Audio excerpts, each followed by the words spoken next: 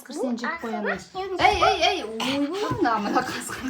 Айттым оны өте добрый қасқыр. Ей, болды, тоқта.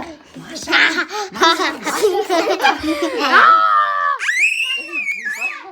Қойшы. Сәлем достар! Каналға Қош келдіңдер!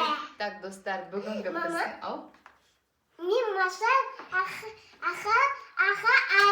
Аю. Яғни, достар, бүгін біздің образымызға қарасаңыздар, Айсел бізде Маша. Сол себепті біз қазір Маша мен Аю деген видео түсіреміз. Ернайым түсіреміз осындай видео? Айсел дайынсың ба? Так, біздің әртістеріміз дайын, актерларымыз, және мен ертегіні оқитын автормын. Так, олай болса, достар, біз ертегіні бастаймыз. Бізде Маша ол Айсел. Шонти бізде кім? Аю. Аюсың. Олай екі кейіпкер қасқырымыз. Екі қасқырсыңдар ма? Жоқ, сендерді бөліп жіберуі мүмкін. Біреуің қасқыр, біреуің қоян болулары мүмкін. Көреміз енді. Қоян не істейді? Қоян да бар ғой. Қоян не қасқырлықпен сәл зырлап жүрмеймін? Жоқ, Айсел өзі білет, Маша өзі білет, айтады, я? Өзің айтасың кім болатынын, я? Так, олай болса біз ертегімізді бастаймыз. Ерте. Ешкі күні бөтеде. Мен айтып жатырмын, мен автормын, сен Машасың, әдем болып тұр. Так, Маша деген сұлу, әрі бұзық қыз болыпты, және оның досы Аю болыпты. Сен досың Аю ма? Я. Аю, сен қайда жүрсің? Мен Орманда жүрсің ба? Я. Бір күні Маша әндетіп орманның ішіне саяхатқа шығады.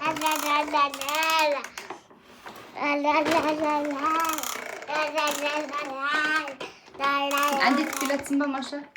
Әндетіп келетсің ба? Осылайша Маша әндетіп келе жатқанда алдынан зұлым қасқыр шығады. Негізі барлық ертегілерде қасқырлар өте зұлым болса, Маша мультфильміндегі қасқырдың да зұлым емес. Сен кімсің? Мен қасқырмын. Неғып жүрсің? Қасқыр сен андай добрый, веселый қасқыр сияқтысың ғой, злой қасқырға ұқсамайсың. Мен злой қасқырмын. Ойбай, вообще қорқып тұрған жоқпын, көзіңіз күліп тұр ма? Не істеп жүрсің? Машта анау қызды жегім келіп тұр. Ей, жейм деп айтуға болмайды. Аузымды ашам, сол кезде жемеймін ғой. Әшейін айта салдың ба? Жесең онда. Жарайды. Не, өсекті жейдесінде ма, дұрап? Ойбай, біз сөйлесіп тұрып қалдық, кішкене, я? Өсекті дұспа да қашқан менің қоян. Ойбай, не деп кетті, Маша. Қасқыр саған тесейін деп жатыр ғой. Қасқыр сен жеп қоямыз. Ей, ойбай, мына қасқыр. Айттым оны өте добрый қасқыр. Ей, болды, тоқта. Маша. Сен жеу үшін келдім. Онда менің айымға айтып, шута сені шоққат, Ой, аю бармысты үйіне қорылап ұйықтатқан көрдің ғой жаңағын қоян айлап атқан жерге көрдім. Қашы ұйқынды дөк жемі шудан өт шашып отты. Кәне. Ақымақ басым ақымақ басым. Негізі, андай сенгіш аңқау қасқыр екенсің, орман ішінде қайдағы от шашу бар деп ойладыңыз? Ол қашып кетті, Аюға қашып кетті. Маша деген Аю дүние қашып кетті, қазір сені тиісті деп Аюға айтып беретін шығар. Ойбай, қағаты қылсам болады, омардың еші. Кеттім, камазыма отырып алып. Камазыма дейма? Аю, ой, еқымаз, не Аюнды сақта жатасы. Аю, ұйқымаз, не Аюнды сақта жатасы. Не Аю тұшай. Деп, Маша Аюдың үйіне келіп, ұйқысынан тұрғыза алмайды. Аюдың ұйқыға кеткені соншалық. Бірақ сонда да қанша бақырса да, Аюмыз біздің сонда ұйқыбас болып шығады. Мүлдем тұрмайды. Тұрғызса енді. Теппесе енді былайына бит түртіп тұрғызсай. Аю. Аю! Тағы да бір рет айқайлап көрші. аюды қалың ұйқысынан тұрғызып. Маша, не oldu? Meni uykum uyuyor. Ой, мені қашқыш ұйқынады. Ana kaskır mı? Иә. Қазір мен onu tayaq жейдім мен. Аю, мен самарқатым қайықта. Мына жерде алып берейін ба? Қазір алып беремін. Мына жерде тұр. Үйді шашпа, мен жаңағыны үйді жинақ қойдым, я ма? Иә. Үйді шашпай ғана айда далада. Ой, жоқ, мен үйді сасам. Ей, шашпай я үйді. Ойна шашпай, мен барып тамақ жасаймын. О, мен үйді сасам. Аю, мен ішім піспепті. Мен үйді сасам. Деп бұзық Маша үйін шаша жөнеледі. Ей, сен шаша бермесе, ей, Маша, аю саған тәттілеп тамақ пісіріп алды, сен үйді шашқан не, қазір ашуландыратын болдың ғой. Түф деп автор қанша айтса да, Маша авторды да тыңдамай, осылай үйдің бәрін шашып тастайды. Көрші. Мен ғой қоян. Я не керек? Маған сәбізі керек. Ей, қолында тұр ғой сәбізің. Бұл жетпейді ғой, бұл бірақ жері қал. Ей, жей берсем, мен үйімде сәбіз жоқ. Бәрін. Сен ғой жоқ қойған огородымдан. Мен сәбіз жемеймін, бал жеймін ғой. Маған берсейтін болмаса да. Жоқ қой мен енді. Онда мен кетіңдерші бар. Сендерді несіндер сәбіз жемейтін.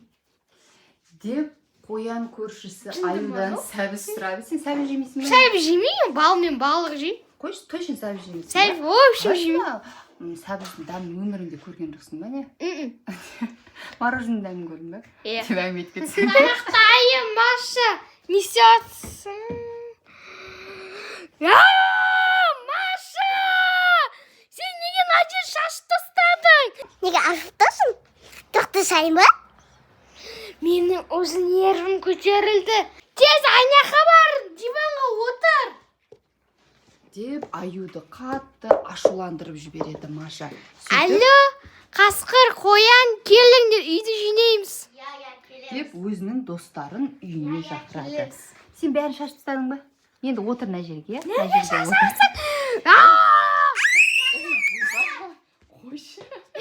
Осылайша Маша аюдың үйін шашып тастап рахаттанып жатады. Ал достары болса, үйге келіп аюға не істейді? Көмектеседі. Ал давайте жинап тастаңдар.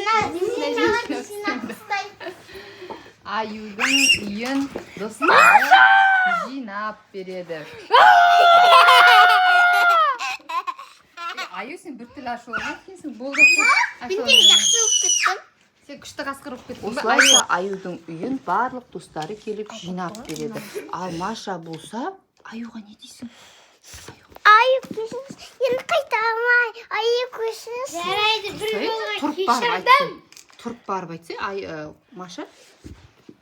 Аю бізді алыпты ма? Аю бізді алыпты ма? Жоқ, Бізді алыпты ма? Сен кешірім сұрап жатыр едің ғой. Маша жаңа ғана кешірім сұрап. Нервіма көтерілді. Аю осылайша Маша аюдан кешірім сұрады да қайтадан екеуі дос болды. Иә, Дос болдыңдар ма? иә. Доссыңдар ма? Сен де доссың ба? Мен онсыз да досым. Доссың ба? Сен де доссың. Анне бүкілме досым. Бәрімен Сәбіздер доссың. жұлма тамақ жасаймын. Так, достар, осымен біздің Маша мен Аю ертегісінің хикаясы аяқталды. Достарға не дейміз? Өз пішіндігімді сізіне бұтып Достар, келесі видеода кездескенше.